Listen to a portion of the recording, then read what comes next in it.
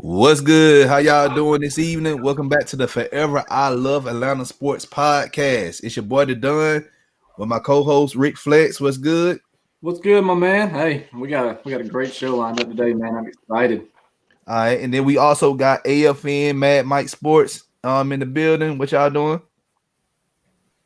Miss Maggie, go ahead and introduce us, please. Yes, it's Miss Maggie T with Atlanta Falcons Nation. Of course, that's my partner right there, Atlanta Falcons Nation, MadMike Sports.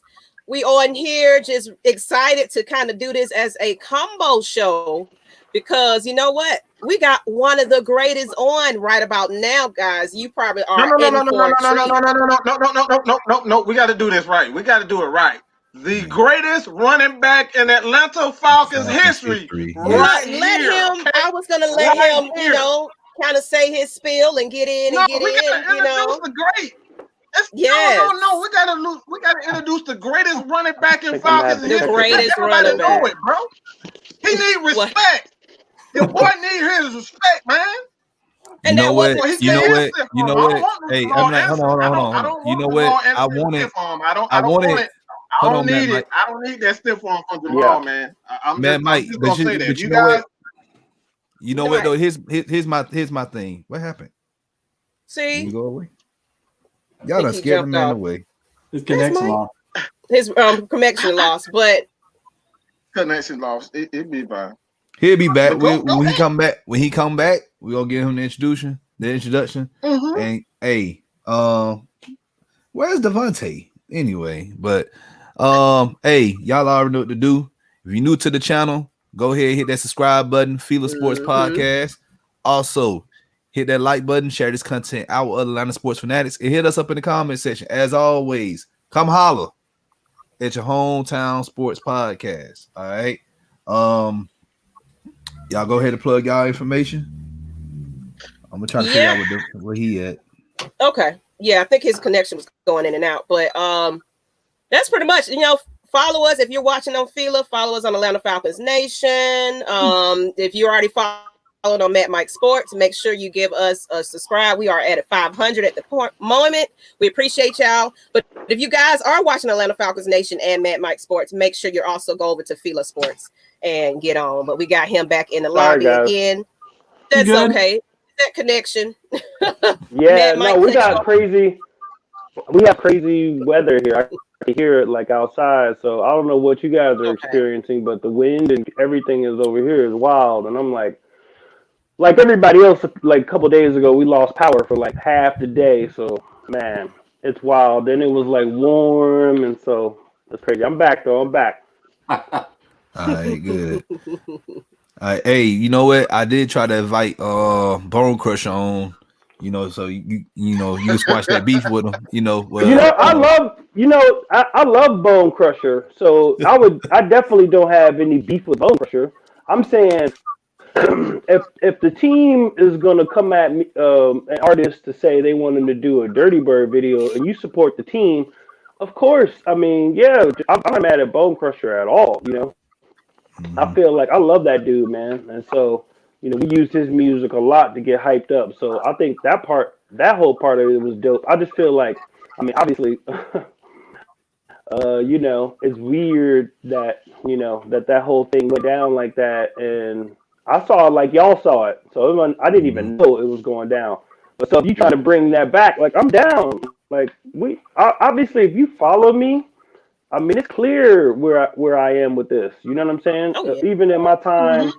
With network TV and all my things, I've always been like, from debating Skip about Matt Ryan way back when and other people. So it's like I'm always down with the organization. So that it's just weird to me, like how the whole thing played out, where it's like I'm literally like the Dirty Bird, like these kids that come in here on the Falcons and score and want to do the dance. These kids all grew up in Atlanta. Like, these kids know this dance, these guys playing now, they know this dance because of me. You know what I'm saying? Mm-hmm. And so it's like to try to, use the name and all this other stuff. And, so it was just wild, Okay. Let me ask you this question, man. I got this question for you. I absolutely have this question for you, man. Like what? And I asked Chuck this. I asked Chuck this question. And what do you want the Atlanta Falcons? There's a lot of misconceptions about you, man. This is your chance to really clear everything up as far as just who you are. What do you want people to know about Jam? That there's a misconception out there, like, okay, like Jam, I thought Jam was this, but you know what I'm saying? Like, what is that misconception you want to clear up with the fans? Is there something you want to clear up with the fans? Yeah, that's what we need to know, man. Like what? Like tell me. I don't know what the misconceptions are. Okay, since you went there, I got one for you, man. I got one for you. This is look, man, your boy, man, Mike, I'm telling you right now, man, this is my first thought when I saw it. Anybody who know me know this is true. I thought you was just a little bit disgruntled. A disgruntled former player who just wasn't getting his way. Am I wrong? Tell me, am I wrong in that aspect? Okay, because that I was like just being like, as far as you want certain things, you feel like you deserve certain things, and you was basically airing things out, in a way that some might say that it was perceived as negative. Like you jumping on these guys when things are bad. Am I wrong for that? Yes, for sure. I mean, if you look at me, man, I think if you even just look at how I've been, I don't know, you could like look through my whole timeline. I'm very supportive. And the only time was like last year where I was like, oh, why are they winning games? Other than that, like when they won up in Minnesota, I'm like, this is a team that, 3 games, other games that they for sure should have won. So I'm the person tweeting out saying, hey guys, it's not over. I don't think that we should be thinking about like draft positions because we're only 6 or 7 games into the season. And I'm like, I even gave an example, like, because in 97, we went 1-7 and we lost a bunch of close games. And then that same team went 6-1 until we lost the last game of the season. But that is the same team that everybody likes to remember 98. But we started really balling in 97. And like midway through the season, I mean, we were like, we were like 20-4, Yep. So it wasn't like, when we got to the Super Bowl, it was down pat for us. And the other thing is, I've made a point of like, if you ever notice, man, like I'm not really around like that. I never wanted to be like when I stopped playing for the Falcons, and even when I was doing, working at ESPN and Fox and all these things, I'll be doing TV stuff again. I never been one of those people who wanted to be like, I understood what I was with the franchise. Like, again, there's no place I go in America, especially sports town, where somebody's not screaming Dirty Bird. I'm forever associated with the franchise. So, but for me, you think I don't want them to be good? You know what I mean? Like, when we rolling, man, I'm rolling, So it's like, it's all good all the way around when it's going down like that. And so for me, I made a point of not necessarily going up to the facility when I stopped playing or like trying to like be all around, because I saw other ex-players who always had an opinion, and I was like, man, I never want to be that dude. So my tact has always been to be supportive, just like, when I was saying again on Twitter about supporting the guys that are there now and how I like all the players. I like this team. I like the guys on the team, man. Todd Gurley's my dude. I was so happy he came back. Like, I don't want to see some of the stuff that's going on with them, happening. So for me, it was like, I know something deeper is a problem, and there's some operational things that I think that I've had some issues with, and for me, it's like, everybody else is catching these consequences except one dude, and I'm like, okay. So and so for me, that was my thing, and a lot of things changed with how they operated with a lot of people. And, again, when I was going on what I was saying about it, like I sincerely believe, like how is Jesse Tuggle not in the Hall of Fame? How is Tommy Noble's not in the Hall of Fame? I love Like them. how's Mike? I absolutely How's love Mike? them myself. Yeah, how's like Mike Cannon not in the Hall of Fame? But you don't know. You wouldn't even know because they don't really get no shine. You know, there's really nothing that comes through for them. I mean, Jeff Van Note. Like, I mean, I saw Tommy, like, man, and I'm not going to get into our conversation, man, but, like, you know, when I was working for the radio station and we were, like, up at training camp broadcasting, it was like we had to have passes and this, that, and the other. It was real funny style, man, but they have some interesting people up there, and I'm like, bro, what am I going to do? Attack Matt Ryan? Yeah. Like, so it's like a situation where, you know, there's no difference between us now, mind you. My surgeries and what I did and what I brought to the table. Like I'm not even asking for you to like roll out on a red carpet, but like to be trying to play us on some passes and do you have passes on your field. And I'm like, you don't even exist, bro. They act like you don't even exist. It's like 60 people on the sidelines over here, and I'm like, so just wild stuff like that, man. Where I was like. Whew, you know, and we over here actively like broadcasting the morning show, like pumping them up, and like we want to see them guys do well, man. Like we want them dudes to, you know, play like the Dirty Birds and win football games and have a nasty attitude and bring that to the table. Like you think we want to? None of the guys who are around, but like, I mean, Terrence Mathis, man, you would have even know my dude played, and I'm like, Terrence was a baller. I mean, where Terrence came from and what Terrence did over the course of the seasons, but you wouldn't even know it. And again, I understand. I'm not trying to say they got to like do some post every week for some great player, this, that, and the other.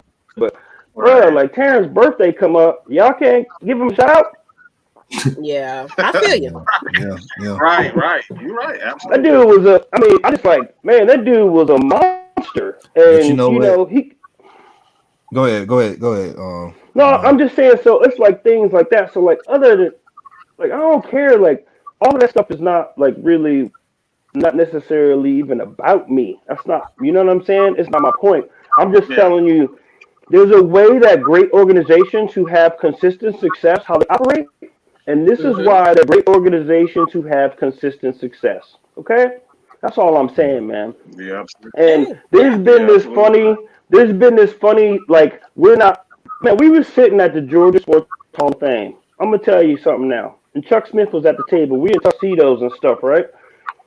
Mike Smith got up there in front of the crowd and said, we are not like those old Falcons. Like, we didn't go to the Super Bowl. The Bomb Squad didn't lead. Like, the Bomb Squad didn't lead the league in sacks. We looked at each other at the table in tuxedos like. Now I get it. Now, you know what? It makes so much sense now because like we go to training camps and stuff, and like you know we look at all the fundraising and we don't even see you guys that much. Like, you may see Steve Barkowski, you may see JC Tuggle, and that's about it. You know, that's about it. I don't really see Bob. It's not a welcoming environment, man. Yeah, I don't see Bob. I don't know what else to tell you about it. It's not a welcoming environment. And you know, we've been broadcasting local TV. It's not like anybody's. Again, I think for the most part, you know, even when there's times that we could have been critical of what was going on, we try to be supportive. You know, again, I've had a relationship with players who play there. It's just like it's not one of those things where nobody's trying to like. Dog them, man. We want to see them do good, man. Like life is better for everybody when they do good. I'm just as stressed as y'all when this stuff go haywire. You see me, right? As I said, my brothers, like we have a thread in my brothers. It was like, oh, happy Sunday. I'm like, boy, it was stress free, and we also won, you know. And it was dope. Like people hitting me up, like, yeah, Troy Aikman gave us a shout out and stuff. Man, it was dope to see somebody like, yeah, because we had a certain attitude in the way that we played. Man, all I tried to do when I came here, I never lost in my life. I was never part of a losing season in my life. I refused the attitudes and the energy that I saw here. And my entire time here, I was like, I'm trying to bring a winner here. I'm going to do everything I can to bring a winner here. I came from nothing They didn't give me opportunities to be the starter. I earned everything, man. I came from the literal mud, like going up against the first team defense, putting heads on them guys. Where Chuck Smith and Jesse was like, "Yo, y'all gotta let this young guy play." And even when I got out there to play, it was like you go through this whole process where you wasn't getting paid the most, this, that, and the other. Man, I came from the ground, like literally. You know what I mean? And my whole entire thing here was to build a winner and to bring a team to the table that had a certain attitude. You know? Exactly. And so, like when I came up with the Dirty Bird, it was literally how I came up with it. I was like, we have a history here. Bro, White Shoes is the first dude recognized as a big time celebrator, okay? And he did the he was dance. prime time before prime time. Hello, and then you have prime time with the famous high step. I literally like remixed those dance and combined the two to make the Dirty Bird because I was like, this is what we do here. And nobody was really paying attention to us while we were winning football games. And so I was like, we got to do something else to make ourselves stand out. And that's where the whole thing came from, you know? But that was all. It was like this. That's the energy in Atlanta. Like we at the games and hanging out with Outkast and JD and Dallas Austin. These are all our friends. But we trying to do something here because you see this whole energy, especially happening there with the music and everything else with the culture. And it's like, yo, man, I'm like, there's no way. That was the greatest time. There was no way when I got here. There was no way when I got here. I was like, I would be damned if we don't win some football games here. Like the greatest regret of my career is getting hurt twice in my prime. But I'm guarantee you, it would have been a different show. Oh yeah. Oh yeah. Hey yeah. man. Yeah, you got hurt. You got hurt the last year. Hold on, you got hurt the last year when Vic got drafted. You know, I'm saying, man. Everybody was hyped up for that 01 season. Who you telling? I mean, look, man. A lot of people don't know. My man's playtime got affected. When I got hurt in 2001, but we playing Carolina. Remember we playing Carolina, and we were like on the goal line, and I was supposed to get the ball. I hit on Mike, black 17, and I'm like, is he checking out of my surefire touchdown? and Vic had a check with me, so he looked back at me, and I was like, go ahead, man. Go ahead. I'm like, go ahead, man. Go ahead. I remember we were in New Orleans, man, and he was like, no, this was not New Orleans. We had played New Orleans, and we came back home. This was like the second preseason game. I think the first time we were in the dome, and he came up to me. We had this banter back and forth, and he was like, yeah, man, this is the first time I seen somebody who had more jerseys than me. I said, you in the Dirty Bird's house, baby. Yes. So, exactly. I knew it was only a matter of time because obviously what Mike brought to the table, we were all thrilled by that. But I think that was the first time he came in the stadium and somebody had as many jerseys as him. Hey man, they like to act like we didn't bring. They like to act like we didn't bring it to the table though. Yeah. I was stiff arming whole defenses, bro. I was stiff arming Hall of Famers for these birds, man. You can't. You gonna act like I didn't come here and put it down. You know what I'm saying? That's my thing. So some of the other stuff that happened, I let stuff slide off for a little while, man. And here's the thing: when things have happened in my personal life that don't bring a positive light to the franchise, let me keep it 100. I'm the first one that back up. I don't want that shine on the team. You know what I'm saying? Like when I know what I needed to do to get myself in a position to be good, it was like I never want that kind of energy around him. You know what I'm saying? I like pulled out of events when stuff happened in the past. So it's not I don't expect anything crazy for them, but like that was wild, man. And I held that, and then the fact that I wasn't even going to say nothing about not honoring the 98 team until we found out the Minnesota Vikings honored their team in week 2 of the same season. So like the 20th anniversary of the first Super Bowl team, nothing. Wow. You didn't have to invite me, man. Like I'm not even. I remember. Yeah, I'm not even. Yeah, and I'm like, I don't care if I'm not the one you bring out. They've done events like that before, where it was like they had other people there. Whatever, man. Just respect the squad. Like I don't even care if it's not me. That's my whole point. You ain't gonna forget me. regardless of what the organization now, did. here's my thing. Here's my thing, and this is, and I'm getting more pissed off as I'm listening to you. You know, now we know what happened with Mike Vick. You know, and with the dogs, and he went to jail and everything, and he lied to Arthur Blank twice about it. Yeah. But guess what? In 2016, they brought him back. Yes. You ain't do nothing wrong, Jamal. What the hell? Like, I'm just trying to figure out, like, what you do? Did you sleep with a man's wife or something? Or, like, I don't know. Did you? No. I'm just trying to figure out, man. You wild.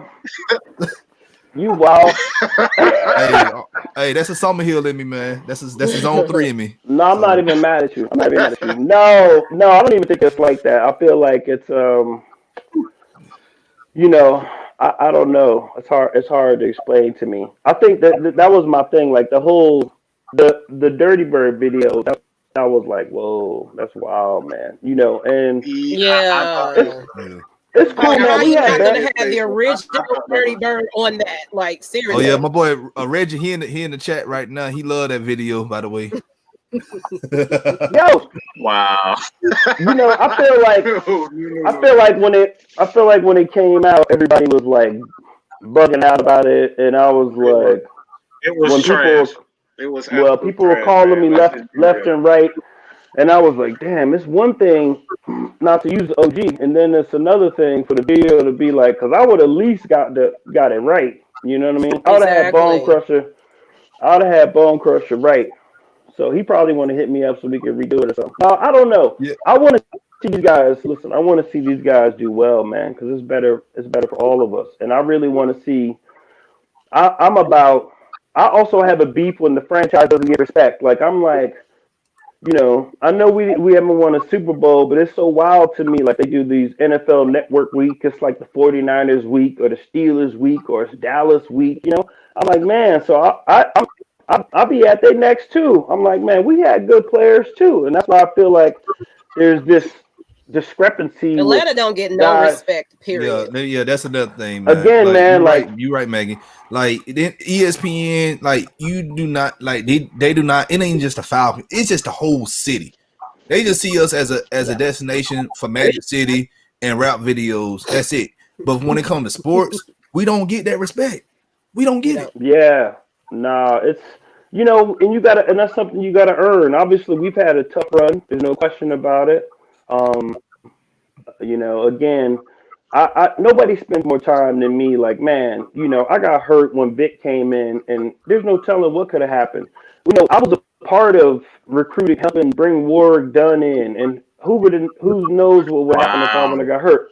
I love TJ Duckett, by the way, and that was my dude, and we used to hang out and stuff, and it was people would see us out at eating or something, and they'd be like, "Oh, Jamal, this that and the other," and I'm like, let me introduce you to TJ Duckett. They'd be like, "Oh," and I'm like, "No, TJ was a big dude, and the dudes came to play, so that DVD backfield, you can't even hate on it. You know what I'm saying? Like they were putting up numbers, but I mean, who knows what would have happened if I wouldn't have got hurt? I certainly think my influence on Mike and the way our relationship was starting to really form, it would have been different. And I think that's something that maybe DR regrets because he would have had a much better understanding of what it meant to be a leader and how to be a leader. Because I learned from guys like Jesse, and Chris Chandler and those Chuck Smith and those guys. We had Morton Anderson. Those guys' lockers were all by mine. And it takes, when you handing over the keys to the franchise, man, you got to surround that guy with the proper tools to be successful. And that's not just from a coaching point of view. That's about the personnel that you surround him with. Who else is going to be able to influence him, especially when, you have a player like Mike who comes from where he comes from. Now y'all hear all the stuff because he tells you in these interviews now.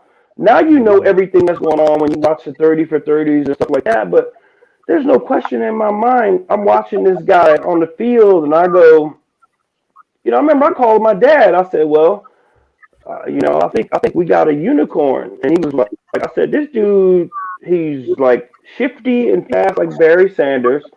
His arm is as good as Jeff George, which was a legendarily good arm. And I was like, this guy's a freak. And this freak of nature is going to be under center every snap.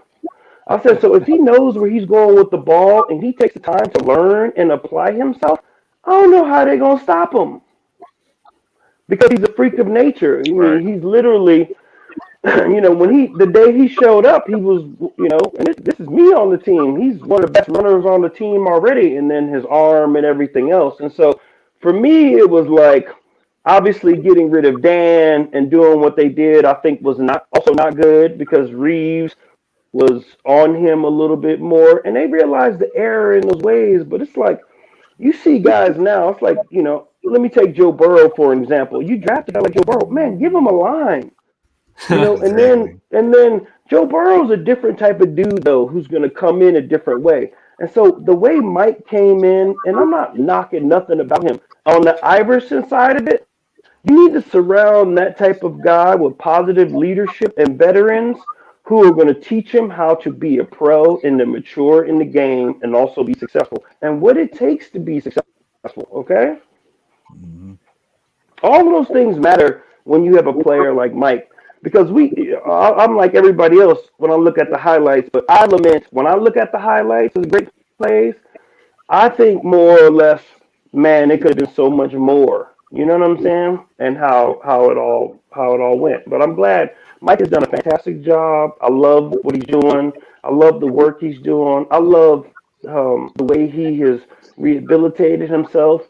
I get mad when people are unnecessarily come out at him because he did so much to make amends for his charges. Absolutely.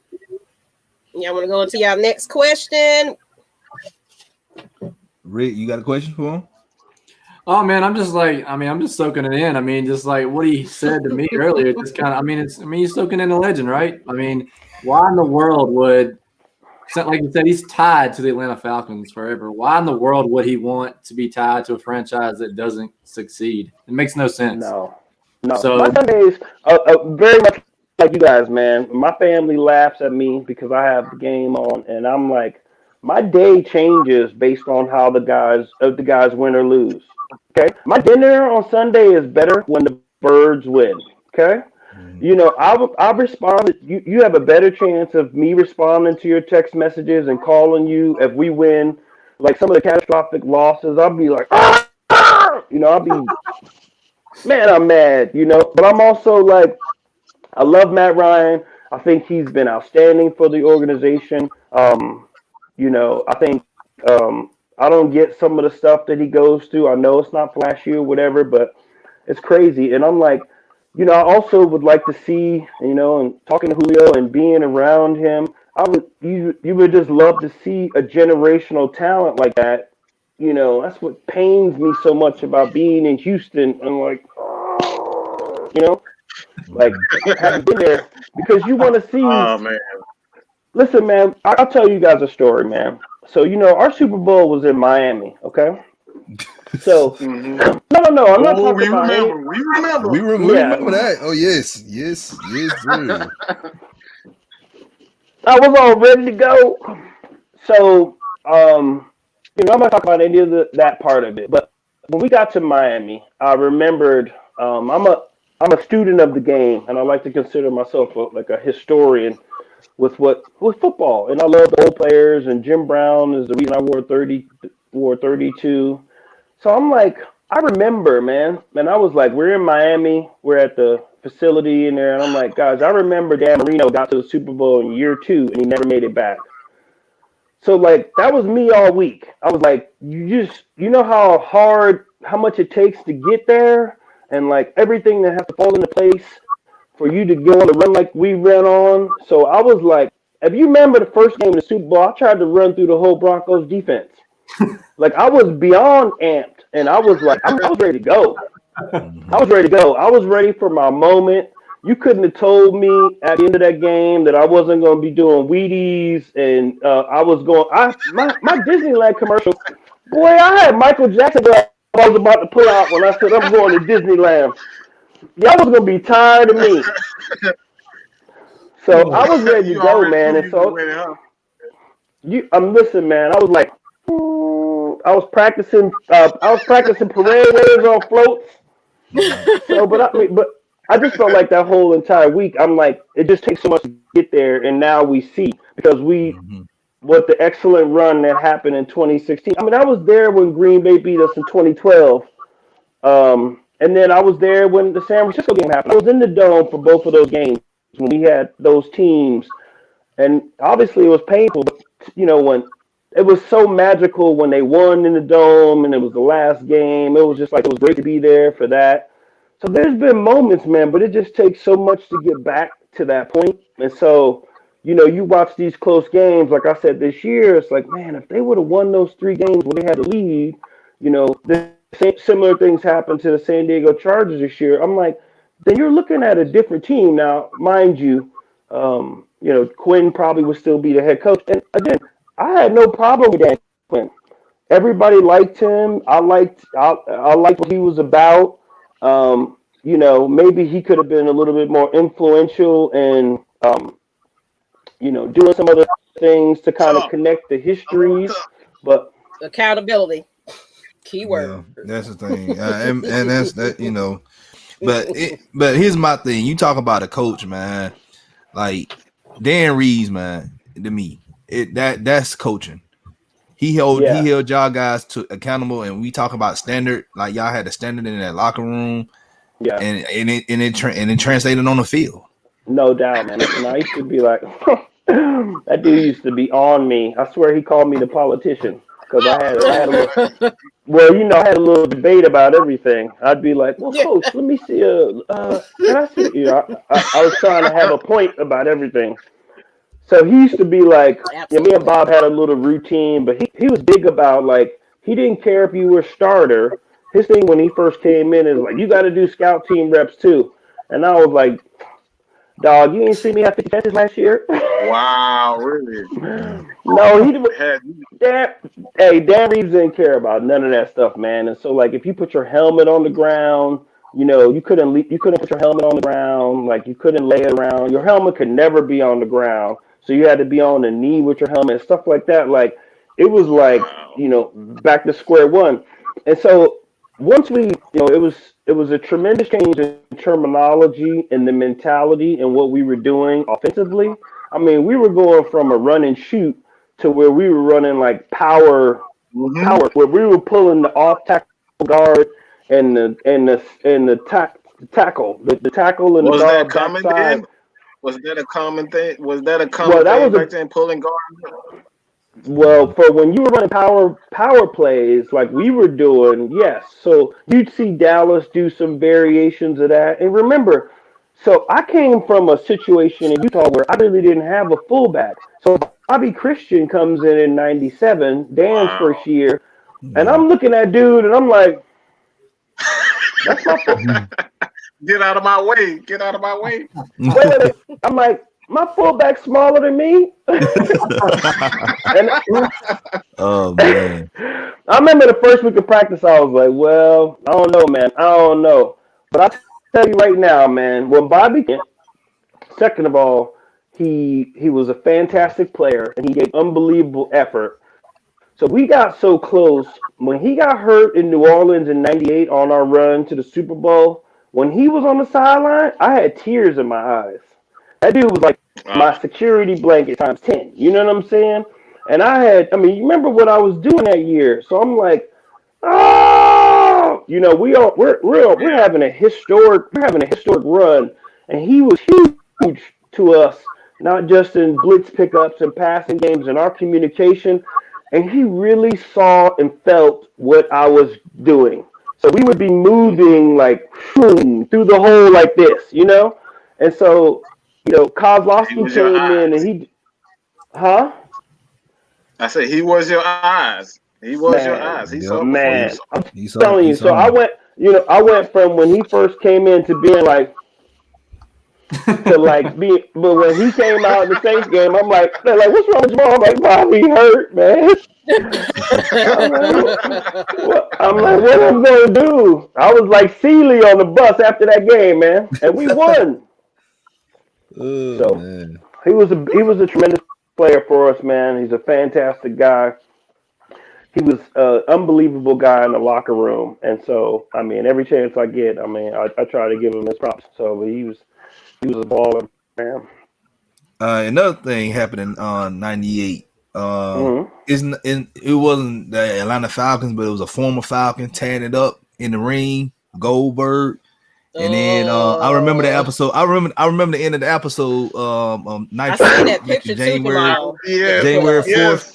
After I guess the Nobody NWO, talks about this. NWO, Nobody NWO talks attacked. Man, about I this. know about WCW Hey, now. man.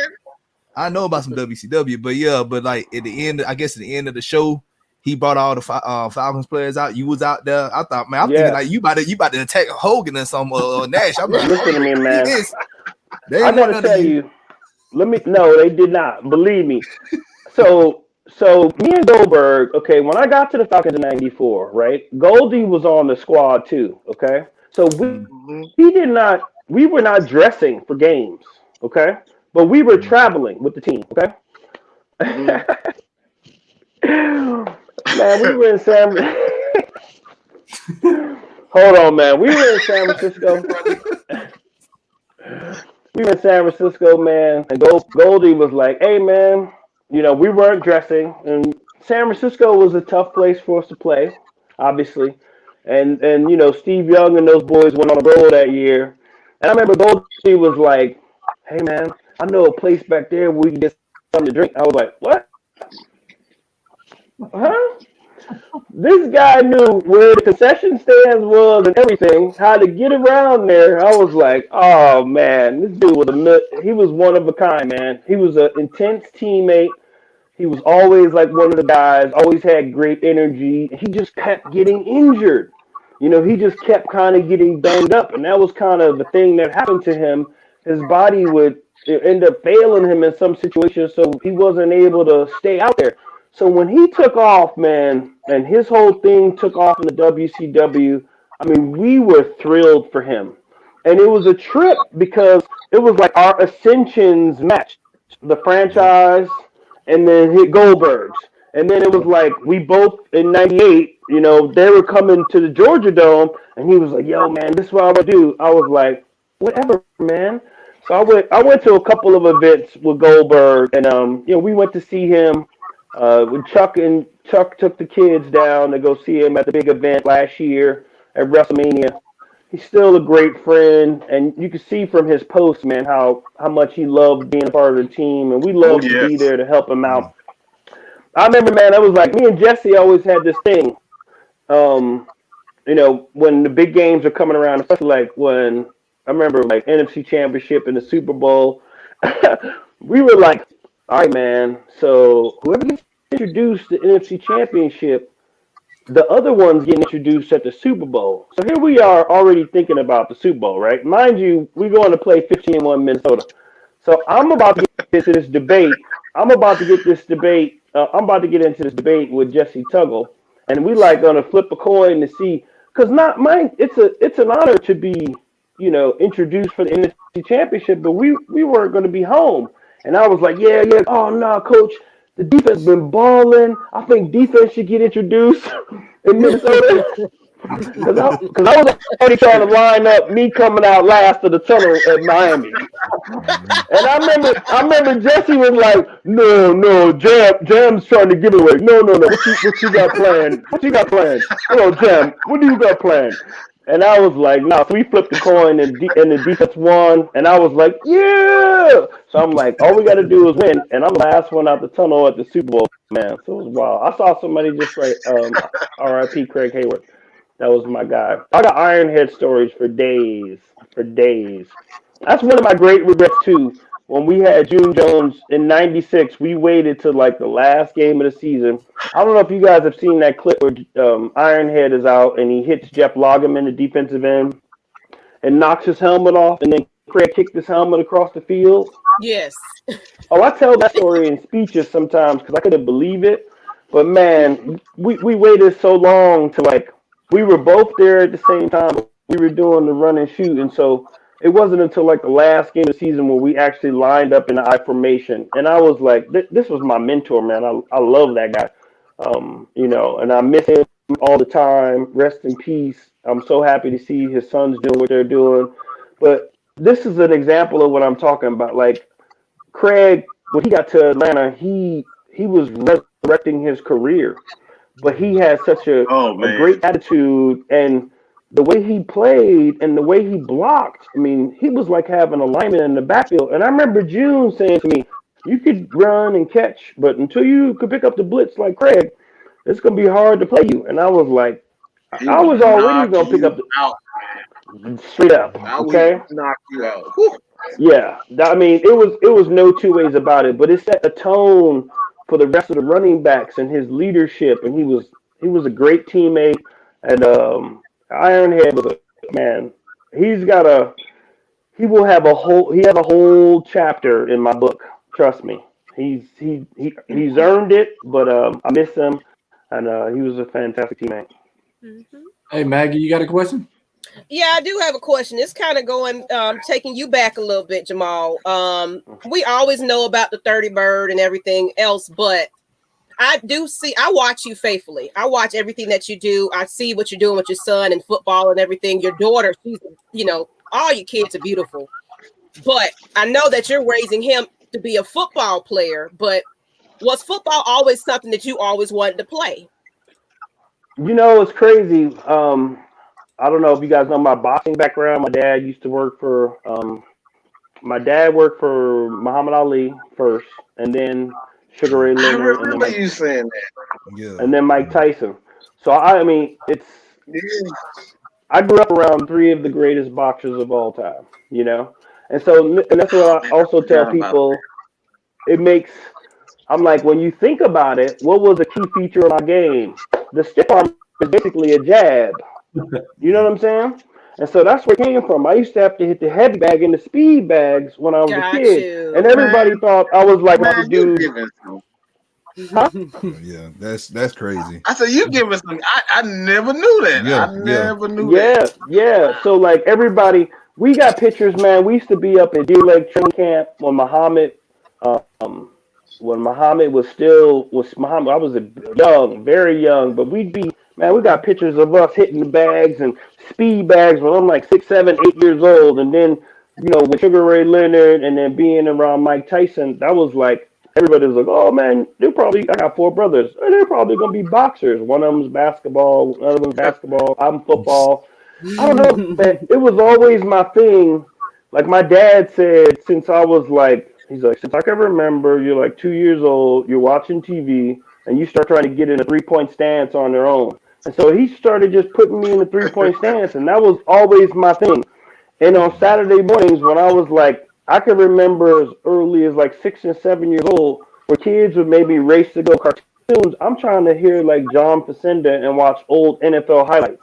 That's where I fell in love with like Jim Brown and Marion Motley. I used to watch some black and white clips. And I was like, this is what I wanted to do. The physicality of it.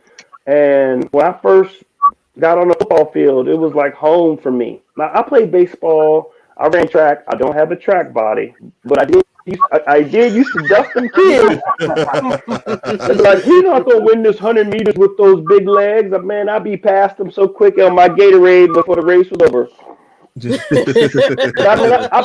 I played all the sports, and I think it's important to play all the sports. Oh yeah, and definitely. But that was my love, and so Jamal, it's crazy. He started playing. I never wanted him to start playing at 6 years old. I'm gonna keep it 100. But he was a big kid. All of his friends, we were coming back from a summer trip, out to West Coast. And all of his friends was at football practice. So he's like, I want to take me up there. So I took him up there. He runs sprints with the kids at 6 years old. He runs by everybody. I'm looking at him. I'm like, he's big. He's a big kid. And so, next thing you know is I want to play. And I was like, not prepared for him to play at 6. Seriously. I was like, oh, man. But, man, his first game, we played against Buford. And he got a high handoff. And it bounced up on his right up here, and he dropped the ball, and I was like, oh no! Like his first carry in his first game, that sucker picked up the ball, turned around, and stiff armed a little 6-year-old kid and went the other way 50 yards. I was like, A natural, hey. It's in the genetic. I was like, ain't no way his first play. And I'm like, I'm gonna have to hear this to the end of it, man. So he's, it's funny. He plays defense. He plays defense right now. He's big. He's almost 6'3". He's bigger than me. Ooh. Yeah, and he's about 200 pounds right now. He's only a sophomore. So we Yeah, I've been following. I've definitely been following all of that. Your daughter is there. You just got a talented family over there, but it's only natural that was going to happen anyway. Well, thank you. We're very proud of them. My daughter Mia is at UGA on the track team. Yep. So we're excited about her. She's doing really well. I just had my oldest daughter graduate from UGA with honors, so that was fantastic. Yeah, it was cool. So my other son is out in California working. So everybody, man, we've been really fortunate and blessed, and their mom is fantastic, and she's done an amazing job with them. So we've been lucky, man, and we'll see what happens, man. We're excited to see where he's gonna go. He's got some time, and so you never know. We need 3 Jamal Andersons, right? We got to make up for double A. Yes. Oh man, you had to bring this man up, man. No, listen, man. My bad. No, he's such a good dude. I hate when because it's like, it turns into that thing, and I wanted to see it work out. Listen, man, my energy is always where I want to see guys win. Oh, yeah. Like, Tack, I think of him, and I think of Big Beasley, where I would literally, because I've been around Big Beasley, and I'm like, God, he's such a sweetheart. You don't want to, he's such a good dude, and he's got great energy, and he's so good in the community. I'm like, geez, I wouldn't hesitate to send things that I wanted to say being tough because I liked him. And I wanted to see him do well, and I didn't want him to have a fragile psyche. He follows me, and I'm like, I want to be supportive, and I want to see guys like that win. When everything about him, when you meet him, you're like, damn, man, you just want to hug him. He's such a good dude. He's got great energy. He's so nice to everybody. You know what I mean? You want to see guys like that win. Yeah. And so that was my thing where I was like, I just wanted it to work out so badly for him because everything else about him was A1, But you got fans in this fan base, man, who, if you don't perform to their level or whatever, they'll run you out. That's cut your throat.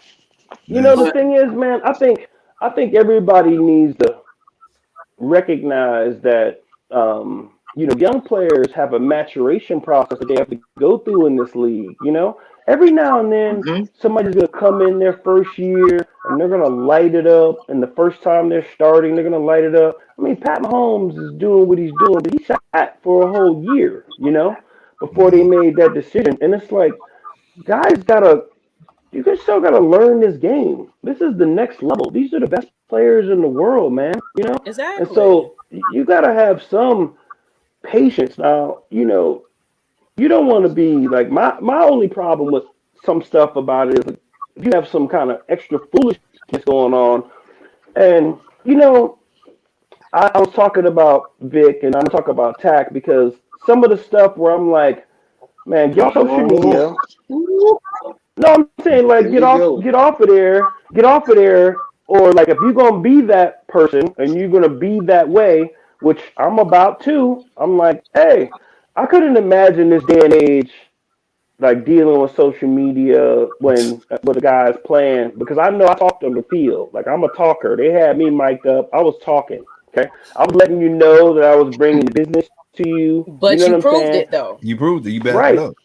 Right, but I'm saying when you play the game like that, good and bad things happen, and you just got to be able to deal with those ramifications and repercussions. Or prepare yourself in the best way possible each and every week. And I think sometimes where I'm zone in on, okay, I know you want to be popping on social media. Zone in on that game first, and all of this other stuff will fall in line.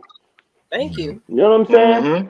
Like if you care about your craft, and I cared, like I wanted to be one of the best running backs. I used to say to them guys, hey, I don't care if they bring Barry Sanders in here. I'm gonna compete with anybody. Now I didn't want to see Barry Sanders, but my attitude is I'm coming to play. I'm coming to battle. You know what I'm saying? Like I'm not saying I'm better. Obviously, not Right. saying I'm better than Barry Sanders, but I'm saying I'm coming to compete each and every time. This was my attitude. You know what I'm saying? Mm-hmm. And so that was my thing where I sometimes like, come on, dude, like you have a gig to do here. Focus on that, especially if you're a young player. Don't involve yourself in all the other stuff. Learn your craft, man. Learn your craft because if you can excel First. at Yep. if you can excel at this thing here, you're only going to help and make everybody else around you better, man. You know, But it's the social your media personal age, man. improvement is going to improve the team. But it's the social media age. Like these young players, they'll get the recognition. They feel like if they get the recognition from the fans, that's all they need. Like I'm not saying that's Tack, but when Tack got drafted draft night, he cussed on the stage or whatever. Everybody, oh man, man, we got a dog kill. I'm like, okay, man, y'all gotta just calm down. He ain't played a snap yet. Let the man play a snap. Right. And let's see how he Wasn't Prime interviewing him though? Yeah. Yes. Yeah. Prime put that unleaded pump in his back. Yeah, he did. Yeah. So and that's the thing, man. Like he, for the few years, not this year though, he calmed down on it. But last year before we played Minnesota, he said 3 sacks, easy work. Like this is before we played Minnesota, and then went out there and like he didn't even perform in that game. Like you gotta talk, Yeah, I want to say about his draft thing because I thought I loved it, and I thought his energy was great, and it's a once in a lifetime thing to have your name called on that stage. So I loved what he did. I had no problem with none of that stuff. But you're right, man. I just feel like you gotta work on your craft, man, and work on like what matters to you because this is a career, and especially now, and the positions and the money that you can set yourself and your family up for your life, man. And so it's like I see some stuff sometimes where I'm like, some of these guys, I'm like, wow, why don't they put forth, the effort that it seems like it matters to them to want to be successful, because it could be a different thing, and this team this year, I feel like, some inexplicable things have happened, like in some of those losses, which it was like crazy, But like I know, see, I call those 3 games where they lost, and then I think they should have beat Carolina too, And so I'm looking at those things, and I'm like, man, this team, you just never know what could happen, And so we'll see. But it's not going to get easier because they got to play the Saints and the Bucks twice, So that kind of leads me into like what I was going to ask you, like you talk about.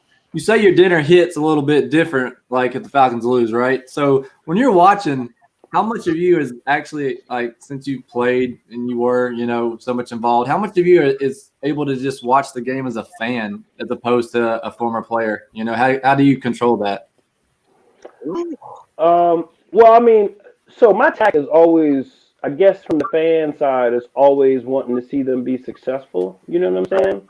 But I'm always situationally watching as a former player, Right. And then so like having, I guess too, it's different. Like when I broadcast games on ABC and did Pac-12 networks, I see things like, and when I watch film, it's like I see things from a different perspective. So like Exactly. we come out in certain situations, and I'm like, why is it trips right in 3rd and 2 in this situation? I'm trying to figure out like already what's going on, I know. Yeah. So I'm like, that meme with all the numbers running by the screen? Yeah. This is me. I'm like, so I'm already situationally. I used to call plays from my kids' team. We won a bunch of championships on the youth level. So I'm not trying to say I'm like, But I prided myself, and this is one thing with like June Jones, and again, as I was saying with Mike Vick, I knew all of the checks with Vick, and Reeves trusted me. He was like, so if you have any doubts about whether or not you should be checking out a play, look back at Jamal. And I knew all of his checks. You know what I'm saying? I knew the defense, what the defense was supposed to be this, because I think a lot of people forget, like, I spent one whole off season in 96 working at slot receiver. And so, like, that next year, I had like 50-something catches in the run and shoot. I didn't even play running back the whole spring. June Jones made me a slot receiver. So, like, I had to know all the layers. And so that's kind of how I see the game, too, you know? Fair enough. Can I ask you a question about that? Kind of expand on that a bit. But first, where can we get that The swag. Dirty Bird. that, bro? Like, Yeah, we didn't even know how we where can we get that, man? Yeah, this is the Dirty Bird line. You see the logo? I can't even tell if you can see it. Yeah, we can see it. All right. Yeah, that's us. cold. That's cold. Man. Hold on. Wait a minute. Y'all see That the clean. helmet? That clean. Oh, look at the helmets. Oh, he got the whole line up there. Whoa. Let's You be have a showing. website, Jamal? Hold on. We're out of stuff now, but I'm gonna launch something again. We are literally out. But I only did a very limited. I only did a limited line, and I'm gonna do it again because everybody's been on me. And so, like, that's one thing I'm doing in the next couple of weeks. So we will have stuff out, and I'll post a link and stuff before Christmas. So. Oh, shoot us a message. Let us know so we can Let go ahead and let make us know sure. before you. Yeah, let us be the first one on it. Hold on. I want that. Hold on. This Oh, Yes. This is my helmet from '98. Wow. This is Wow. my helmet from that season. Wow. So I can do show and tell. I don't know if you guys care. I can tell. Hey, I can tell that's 98 because I see a lot of fingerprints of defenders trying to tackle you. I'm telling you. This was. You remember this? Ooh, Oh, yeah, that's my favorite. That's my favorite right there. we wore this in '94. Oh, I yeah. love Oh, that yeah. one. Yes. Oh, yes. So what I wanted to keep mine, so I had everybody on the team sign it. Wow. Of course, I signed on the Falcon. That's right. That's right. Because you, Jamal, you got to make sure No, you know who's on this helmet? Like Jeff George, Bobby Hebert is on here. DJ Johnson, Ricky Sanders. Remember we had Ricky Sanders? Mm-hmm. I And this remember. is Yeah. Old school fans. Way So back we then. definitely Yeah. way back. Ricky Sanders was a baller, man. It was great to have. Yeah. It was great to have that guy. Oh yeah. So everybody want that merch. So we definitely waiting on you. And make I sure will you let hit us you up know. exclusively so we can Yep. be the first to put it on and wear it on the next show. Okay. Yeah, we'll rock it. We'll definitely rock it. I'm a 2X, by the way. Man, get out of here, man. Bruh, you be coming. You just be coming out the dark. That's what I we already do. I already know who'll be cutting up when y'all get together. Oh, yeah, that's all we do. It be that one too. That's Yeah, all we I see. No. Yeah. Yeah. I'm the innocent All right. one on here. All right, so go ahead. Go ahead, Jeff. Go ahead. No, I was gonna say I would like to see. I mean, I think it would be great.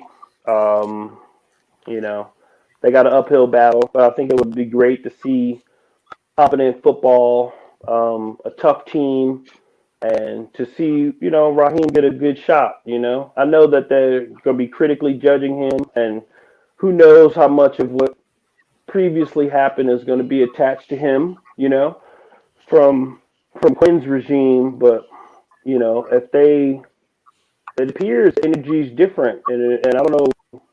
Again, I think all those guys like Dan Quinn, but it's a little more oomph in their step right now, and so I would love to see. Although I wouldn't, Eric Bieniemy is You know, I don't know what's gonna happen, man. But I would like to Let see. me give you a name. Let me give you a name. Let me give you a name of a coach that I know. I may not know him, but I know he will turn the tide, especially on his defense, because we've been historically just been bad on defense, man. Hey man, he'll run it back. He worried about the running back, man. No. He know about man. He know every side of the You know, I was an all-state linebacker. You were. I was an all-state linebacker. Yes. So Utah brought you in for outside linebacker, didn't they? Well, no, but I would have loved to play. I thought they were gonna give me a chance to go both ways. I was trying to be Woodson, bro. I would have loved to do it. Trust me. So I don't know. It would have been kind of hard, but I wish I would have had a chance to play. I really wish that I would have been like 6'2" and like 300 pounds because I would have rather have been a nose guard. If I had my druthers, I would have been like Warren Sapp. You know what I'm saying? Yeah, but what I was saying though, what I was saying about coaches though, 6 feet tall, man, you could have been the nose. I mean, Grady was what? Yeah, Grady's 6 feet tall. 6 feet, 300, 290. Yeah. Man, you could have been there. Yeah. But that was a different time. That was a different time. They had bigger guys. It was bigger guys back then. You had guys like Ted Washington, who was like 6'5", 300. Hey, I'll tell you a great story, man. So we played the last game in Milwaukee County Stadium, okay? With Brett Favre and the Packers with Sterling Sharp. Actually, unfortunately, the game Sterling Sharp, his last game of his career. Brad Edwards hit him. They played together in South Carolina. So anyway, pregame, I'm out there like doing warm-ups and stuff. For Ironhead, and I'm standing like on the white of the field and like the sidelines right there, and I'm like, I feel something, and I was like, no, they don't have earthquakes in Wisconsin, bro. I turned around. Wait a minute. I turned around, and Reggie White was running by me. Ground shaking. That man, I turned around. This is the first time I'm seeing Reggie White. So I turned around, and he's running, and I was like, what in the hell is that? He was so true story. Hey, I actually teach at the high school that Reggie White went to.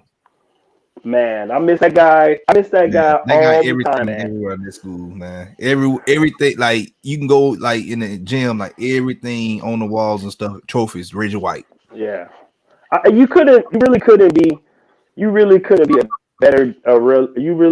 a better person.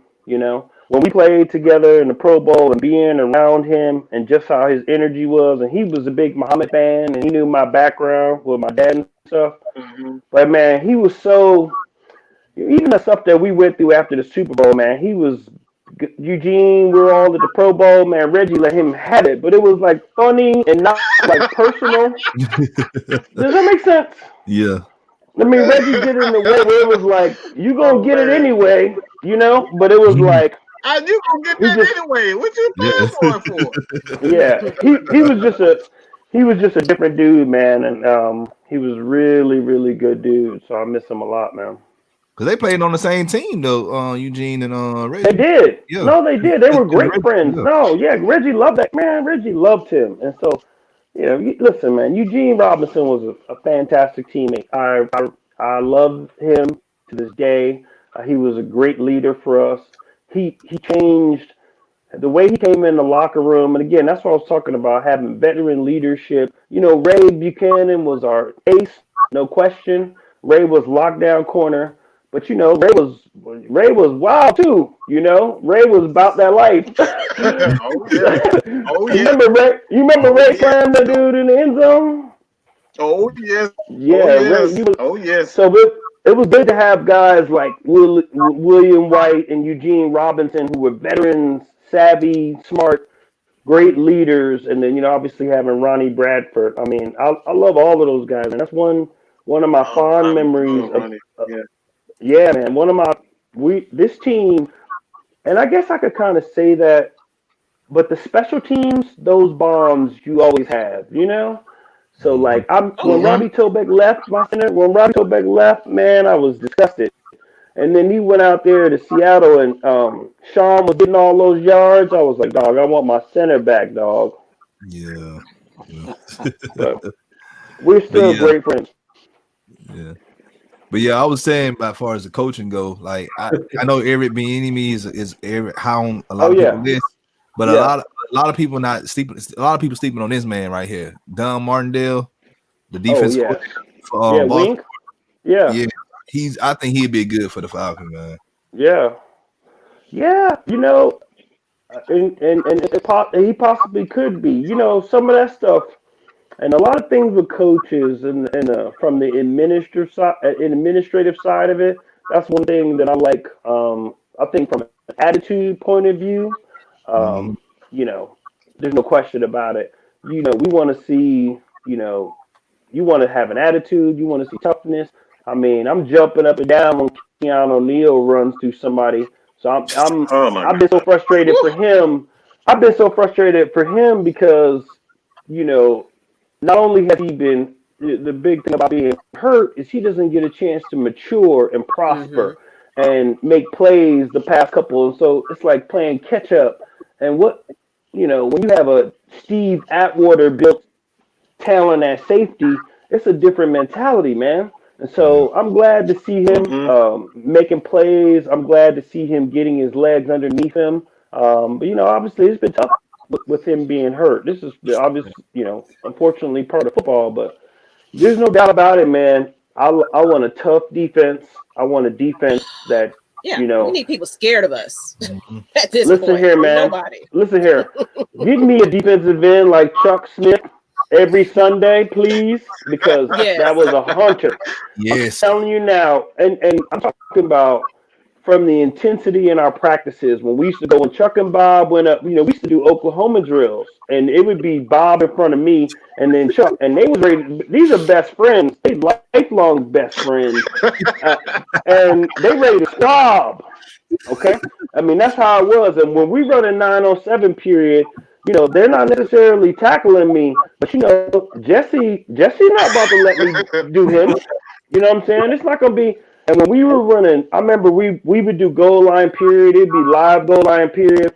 This is what made me so mad when I got hurt in 2001, because I felt like we had something that season, and then I got hurt, and then it was like one thing. But the attitude on that team, and I remember doing live goal line, and I was talking to, you know, Keith Brooking and Jesse and them.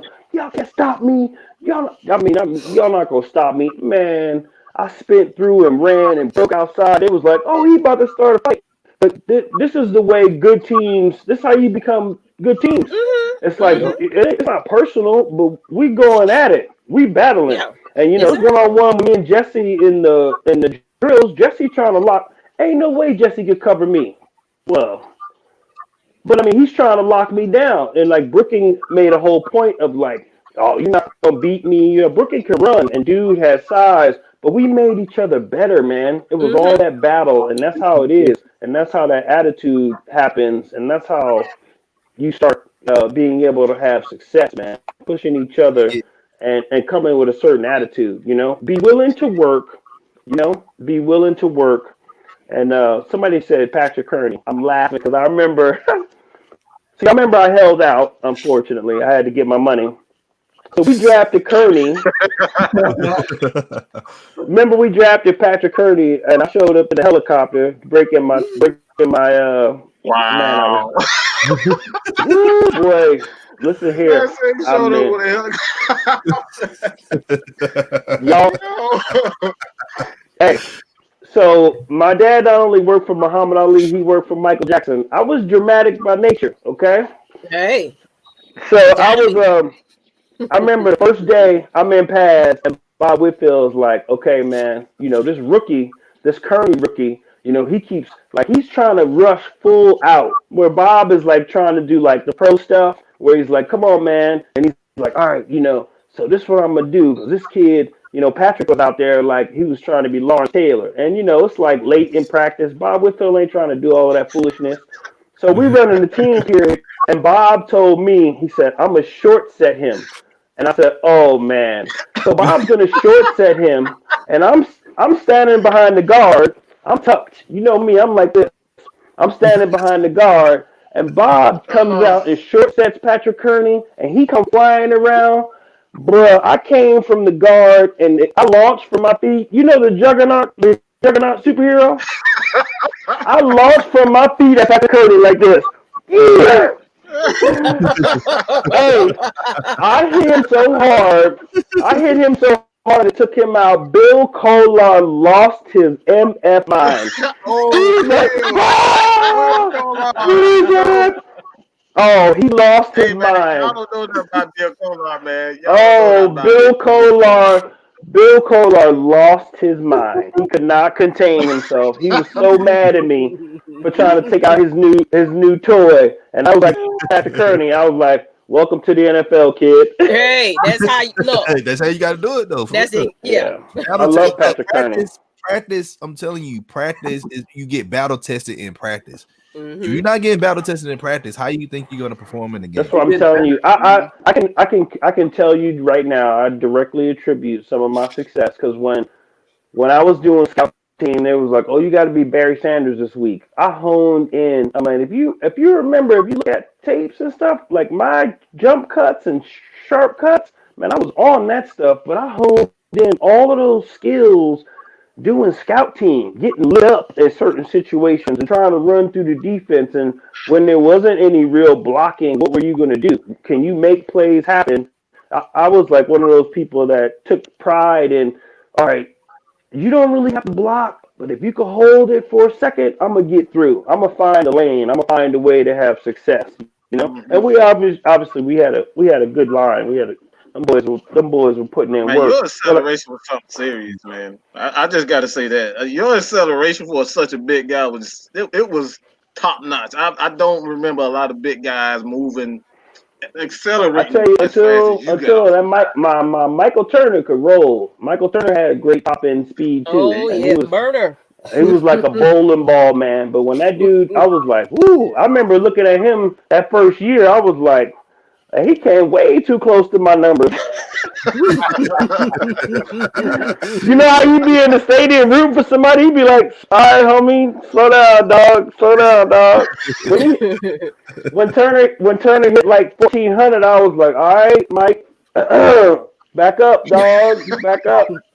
Nah, he was like, what a great player for the organization for a number of years. But I love the way he played and how he. Man, that dude should drop his shoulder on people. But again, it was a mentality, man. He was a finisher and he was tough. And what a great asset for a rookie quarterback to have a running back like that, you know? And I think that really helped Matt Ryan out. Obviously having Julio and Roddy White didn't hurt. So, but I'm like that, man. Like I love Roddy. I would have loved to play with Roddy White.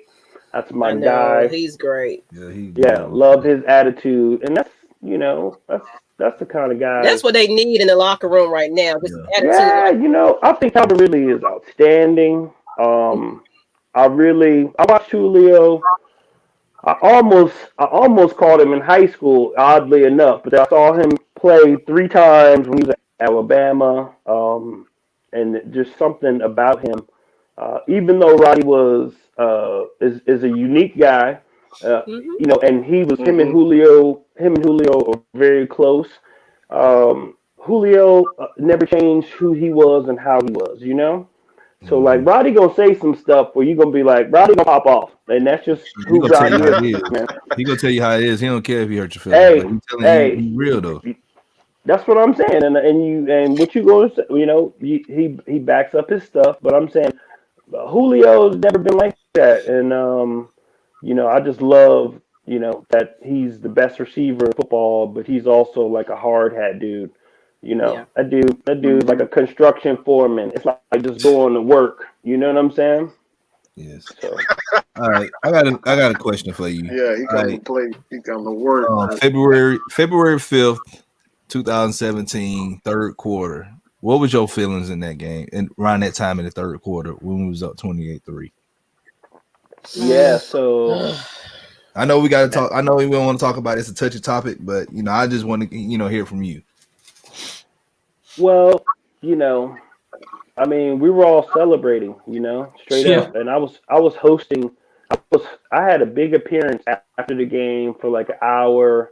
I was hosting something. We were all like already, we were all talking about how Houston was going to be, like how lit it was going to be. And what's crazy? It was very much like, obviously they're completely different games, but if you were in Miami, man, the city wanted us to win.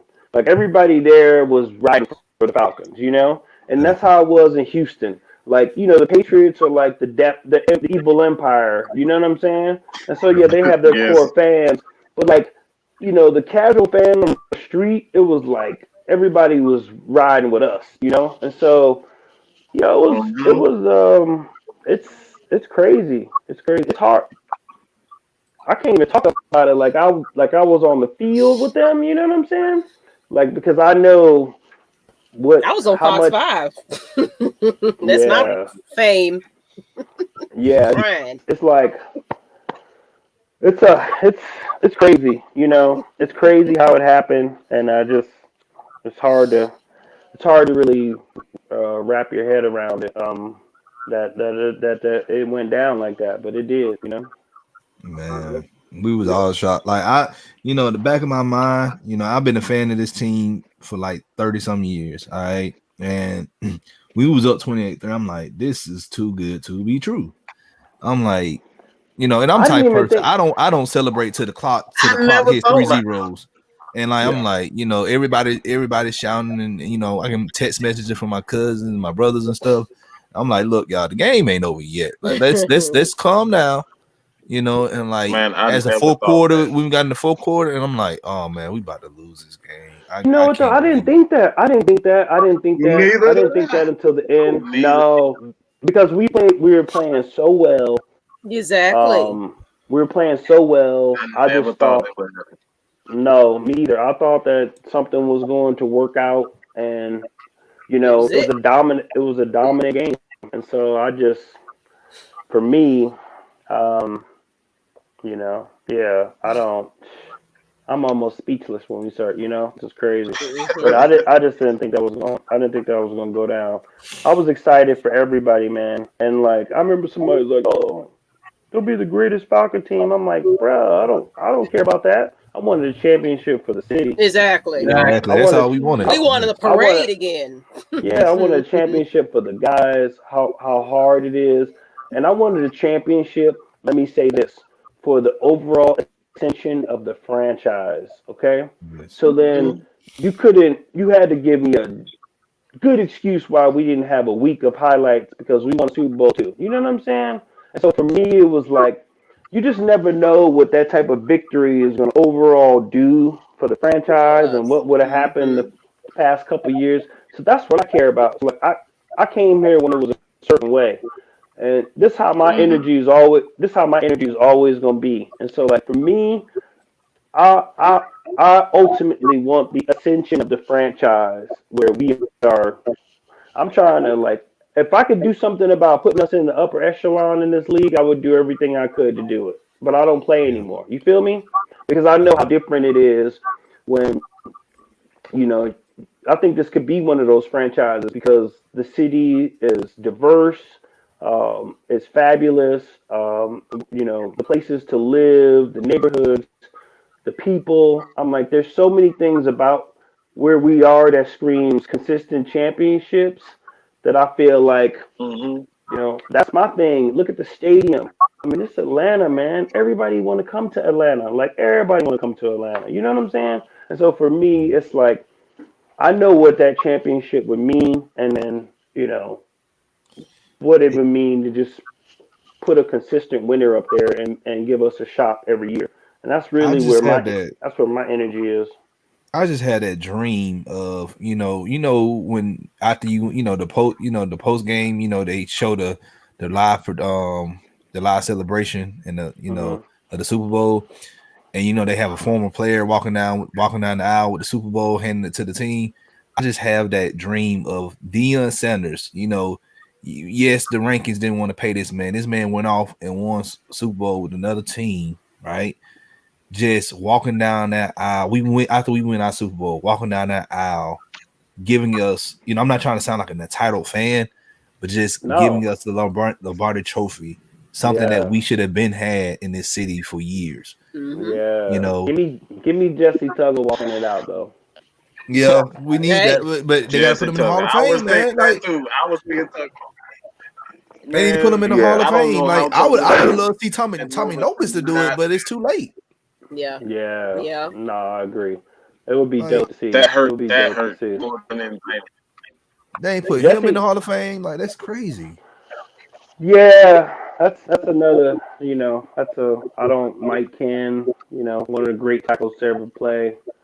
It's unfortunate, man. And yeah, Jesse, it's like a crime. From the guy who Yeah. came from a free agency to what he did.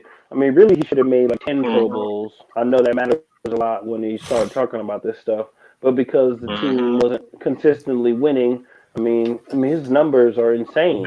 What is he, 2, 3 all time in tackles? Yes. But we're not talking about a dude that's like, we're not talking about 6'2", dude. We're talking about somebody like 5'11", 6 feet tall. You know what I'm saying? Who's really an undersized. Well, not undersized because Jesse Chest was like Arnold Schwarzenegger's when in his prime. Jesse built like a grown man twice. That's why Grady's a monster. But so I don't want to say Jesse's like some little guy, but it was like that linebacker, like Sam Mills was a beast. You know what I'm saying? Like those dudes just came differently, and they came hard, and they came every single time. Like I don't ever, let me see. The only time I remember Jesse. So we played the Jets, and Jesse that was the worst game we had in 1998, no question. The Jets was like some weird anomaly for us. But I remember Jesse going out, and I was like, it must have been like the third quarter or something. I was like, yeah, man, this one is a wrap, boys. It's just sometimes it's not your day, and I was like, let me try not to get tattooed out here while we getting already tore up. That was like the worst. That was the worst game we played like in 2 years probably. Jamal, we can't have you on the show because everybody been asking. I've been holding it out, but we got to see the Dirty Bird. We got to see the Dirty Bird. We got to see it. We got to see it. If you can give it to us, we got to have it. Hey, let me hold on. Let me call Bone Crusher real quick. I'm playing. Hey, I was gonna sing it for you. No. I don't ever do this. I wonder can I still do this dance? Hold on. Oh, you can do it. You about to do Dirty Bird. I'm excited, y'all. You know how excited I am. I'm excited. Let's go. That was my dance.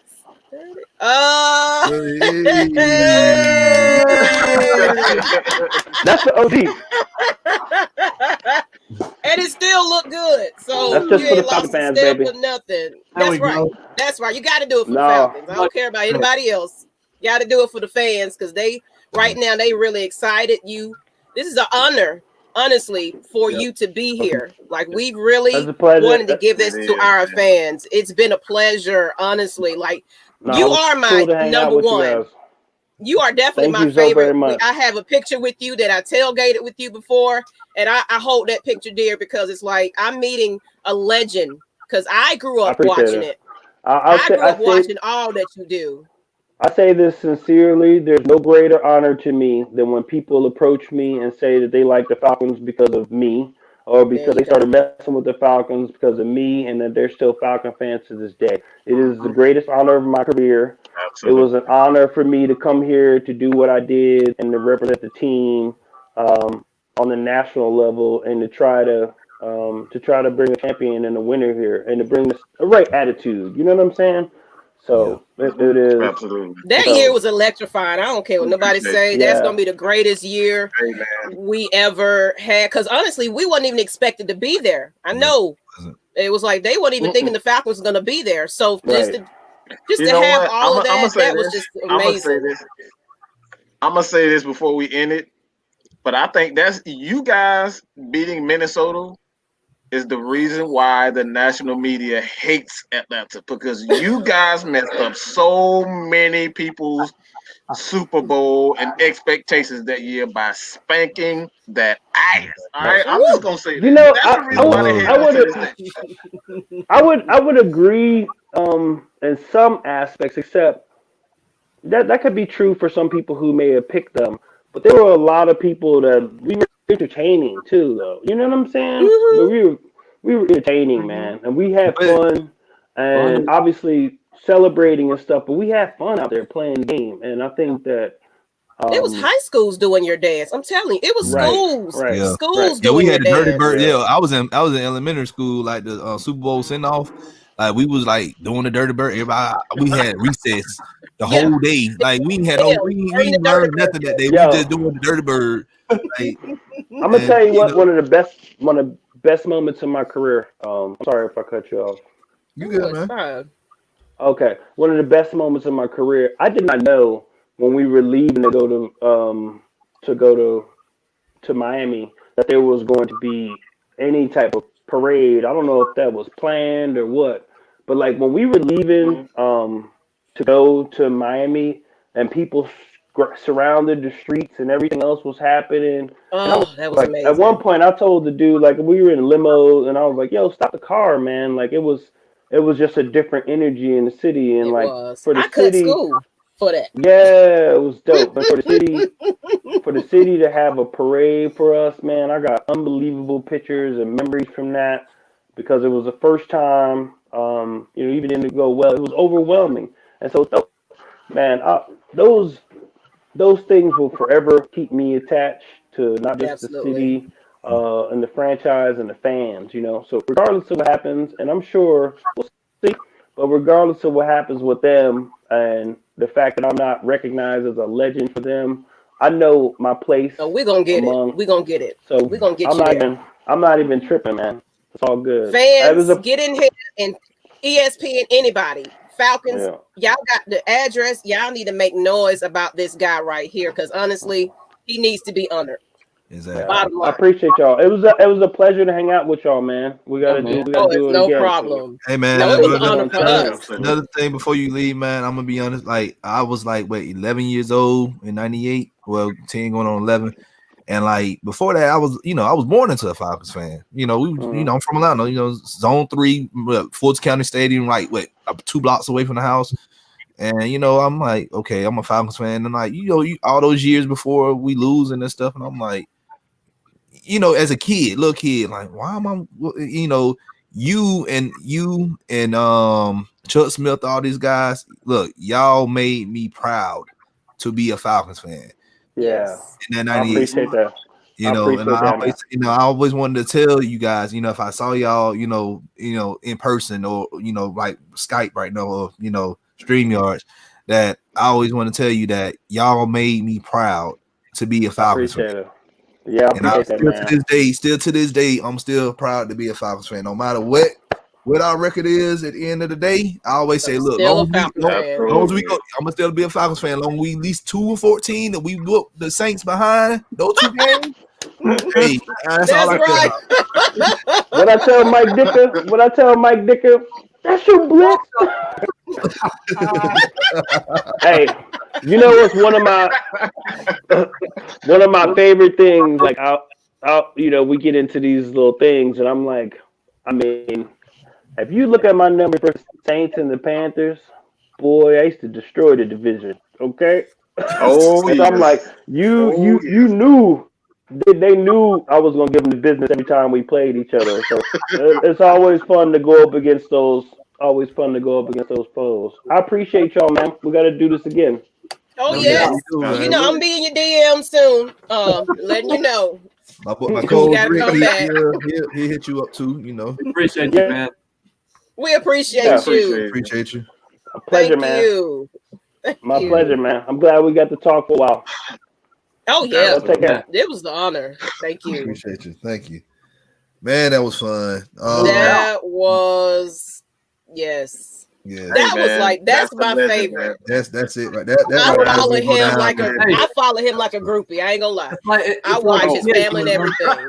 It makes you feel like a kid Hey, again. man. You know what I mean? Yeah, it does. It Yes. really He does. does. It does. It felt good, man. It felt It great. takes you back to those years, like Don. That was great, man. It really makes you go back and really think, like, man, we really started liking these guys because of him. Exactly. Mhm. Yeah. Being really prideful, being prideful about it. Exactly. You're I'm right glad. because everybody say it's Michael Vick, but no. It's Jamal No, Anderson. It's it's Jamal Jamal Anderson, Anderson. Chuck Smith, and all those guys, man. Like, Prime yeah. time, all of them. You Yeah, gotta go and back. it's a crying shame the man ain't in the ring. I mean, it's a crying shame he ain't in the ring. It's a crying shame. That is. Man, we're we gotta gonna start have a to start petition. it. We gotta start a petition. That's what I'm We saying, gotta start a Falcons petition. fans. We gotta talk some shit. Get in there. GSHM, look, Yeah. GSHM, AFN, FILA Sports, right now. Everybody. We gonna start a We petition. starting Right it. now. We starting the petition right now. Okay, we're gonna get that. We're gonna get that going around. That's doubt. right. Man, So, we don't made it, y'all. We Woo. appreciate it. Yes. We truly appreciate it. You guys want to go ahead and plug your things real quick, and Miss Maggie, close it for us. Clean the house up. All right. Well, go ahead, Rick. No, you can go ahead. You can go ahead. I was just gonna say, man, look, everybody who joined us live, appreciate y'all joining us. If y'all on if y'all watching through AFN or MadMike Sports, hey, come on over to FILA Sports Podcast and give us a subscribe, please, and also share content out. We don't just cover Falcons, we cover Braves, Hawks, United, Tech, Bulldogs. You name it, we cover it. Georgia State, Georgia Southern, like Atlanta Gladiators, Georgia Swarm, all that. Like, come holler at your hometown sports podcast. It's your boy the Don, my co-host Rick Flex over there. He's the baseball analyst expert. Oh yeah, that whole everything about that was amazing. He just had these. I don't know how he get his hands on these awesome bats, but man, I was like, you know what? I want to get in this competition because I want that bat. Hey man, he's also I've been holding out on you guys. I didn't want to do it. I've been holding on. I got.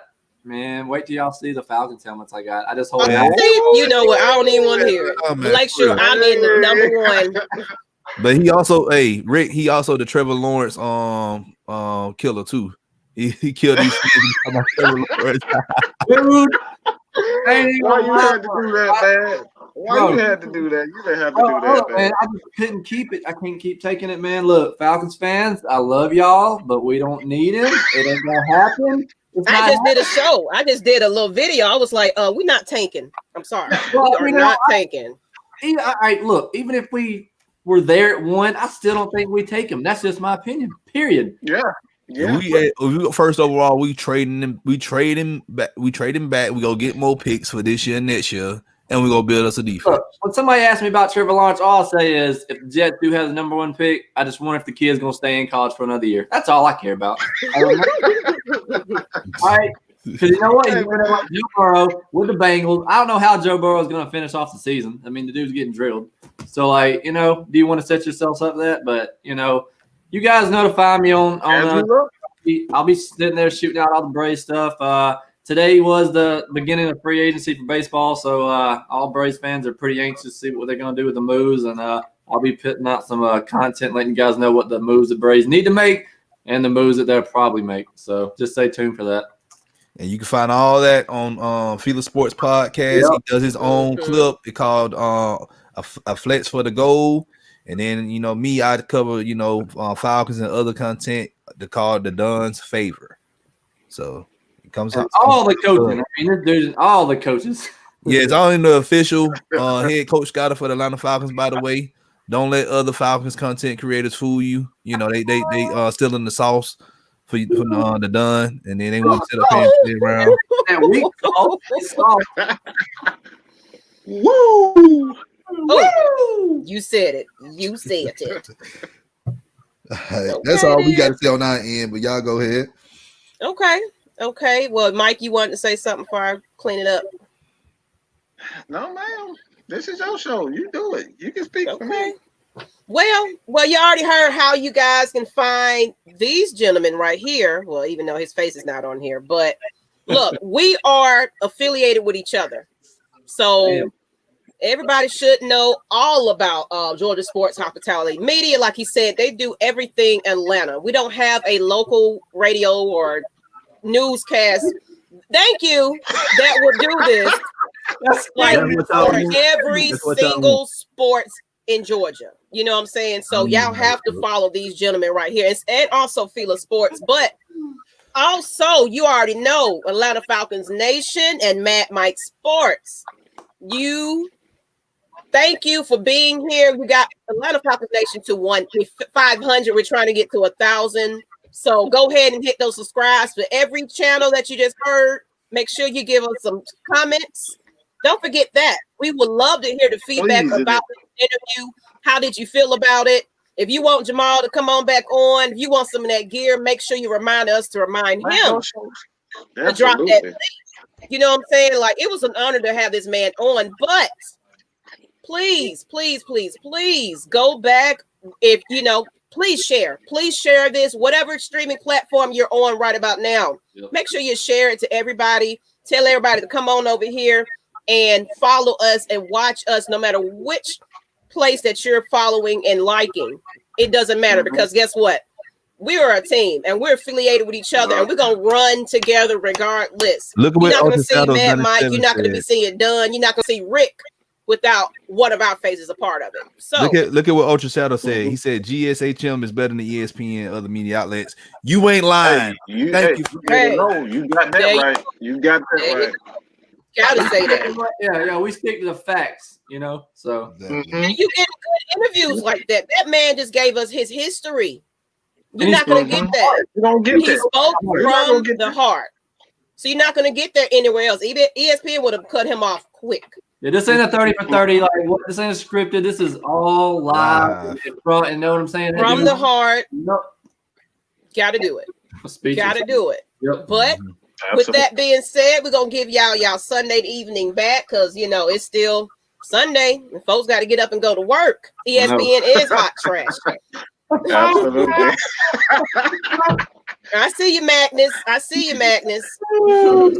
Yeah, appreciate it. We appreciate it. I would love to see them helmets again too. We'll go ahead and make sure we'll have a clip of that so y'all can see that. But please, make sure to bust out my Dion that I got signed. So throwback. I'll let y'all see it. See, he's throwing it in the face again. You know what? We're gonna go. Hey, I mean, if you want to, we can auction it off. You know what I'm saying? Do a little charity or something. We can do something, make something happen. The next interview is going to be at Flex House. How about that? That's what we're going to do. Come on. But with that being said, this is Atlanta Falcons Nation, Georgia Sports Hospitality Media, FILA Sports, and MadMike Sports. And of course, I'm Lush Exchange. Y'all already know that's unrelated, but got to throw my little self in there. No we doubt. Appreciate y'all, but we're out of here. Hold on, Trey. I ain't do a live, but I did a clip, but it was like 11 o'clock after the game, so everybody was tired. I did a post game little post. If y'all want to go back to AFN, I did something, but no, it was late. It was definitely late. Who was gonna be up that late? I fell asleep. I did my clip. I put my clip up after the game. It was just like an hour after the game, but I did it though. So you can go to FILA Sports Podcast if you want to look at it.